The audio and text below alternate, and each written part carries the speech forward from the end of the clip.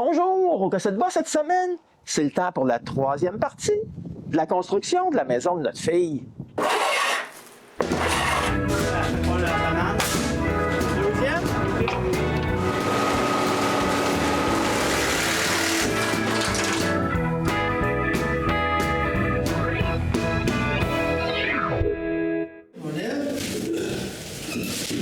J'ai terminé la deuxième partie de la construction de la maison de notre fille en posant toutes les fenêtres.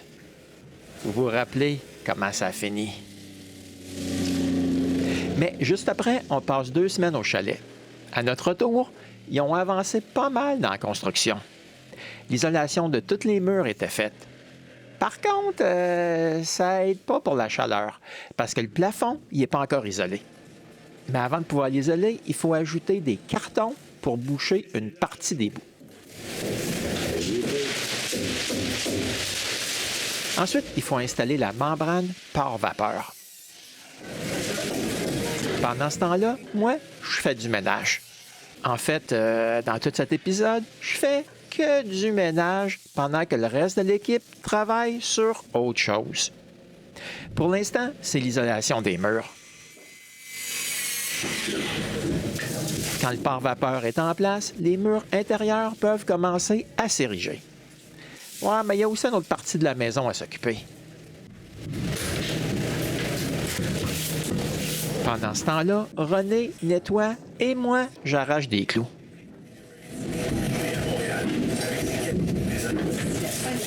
Le reste de l'équipe s'occupe du reste.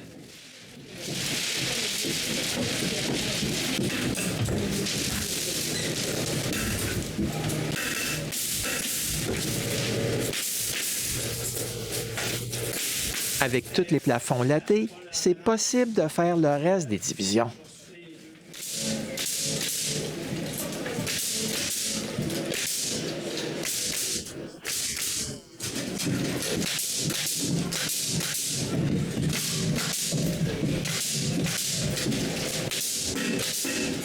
Les murs avancent.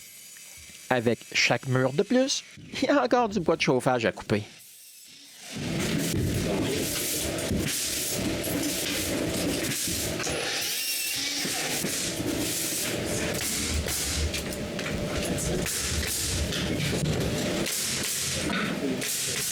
Il faut aussi avoir, au minimum, une membrane sur le toit avant de pouvoir mettre l'isolation du plafond. Pour ça, il faut installer un échafaudage pour travailler sur le toit. Installer un échafaudage prend quand même assez de temps. C'est difficile à voir d'ici, mais sur ce plan de toit, il n'y a pas de membrane. La voici toute posée. Pendant qu'ils travaillaient sur le toit, les plombiers sont à l'intérieur à préparer la plomberie pour recevoir les planchers de béton du garage et du sous-sol.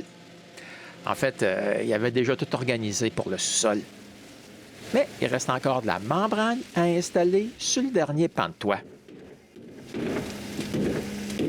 Pour faire ça, ils ont, encore une fois, installé plusieurs sections d'échafaudage. Bon, cette membrane-là est autocollante, mais à cause du froid, ils sont forcés de la clouer en place.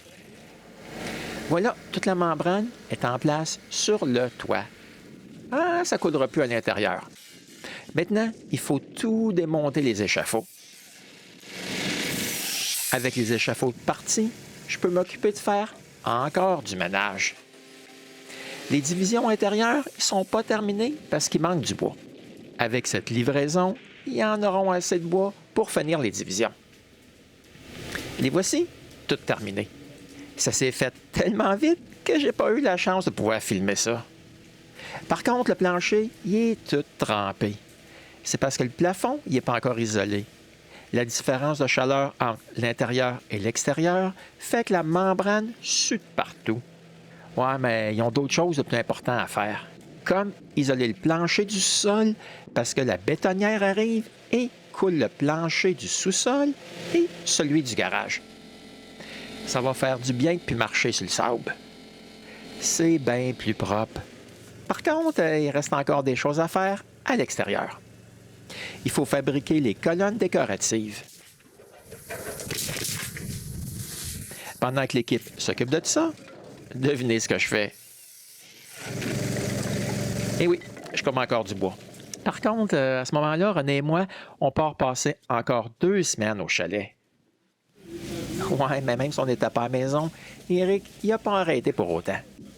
Il met l'isolation au plafond. Ouais, ça fait du bien.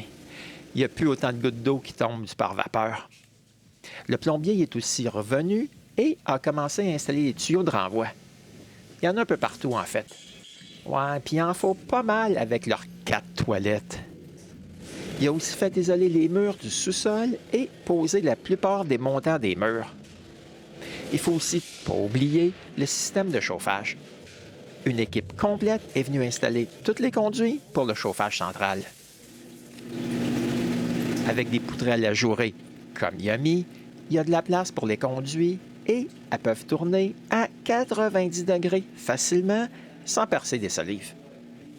En fait, il y a plusieurs conduits pour ce système de chauffage. Et comme on n'était pas là pendant 2 semaines, on a encore pas mal de bois à débarrasser. Il faut faire du ménage parce qu'Éric avait aussi fait les formes pour ses marches d'en avant et le jour suivant, elles seront coulées.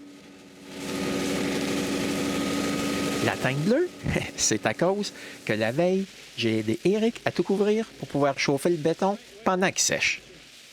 Ouais, mais il reste encore du bois à débarrasser.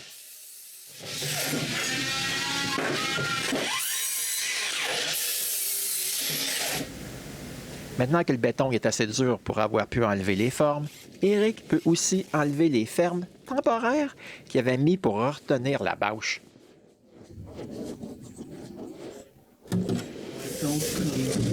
Bon, mais il reste encore pas mal de choses à faire à l'intérieur, dont fabriquer des boîtes pour cacher les conduits de chauffage.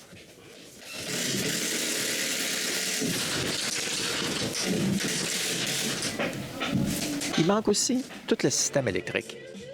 Les électriciens tirent tous les fils. Quand tous les fils sont en place, ils mettent toutes les boîtes électriques. Par contre, il n'y a pas encore l'électricité dans ces prises. Ouais, il doit se faire raccorder au système d'Hydro-Québec. Éric profite de l'opportunité que le sol est encore gelé pour louer une nacelle.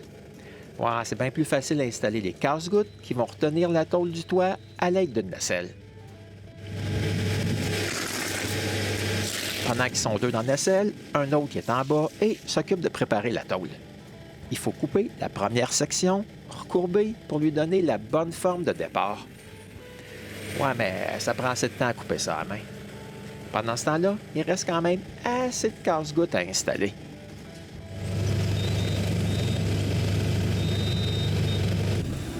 Quand Éric redescend, il aide à faire le premier pli.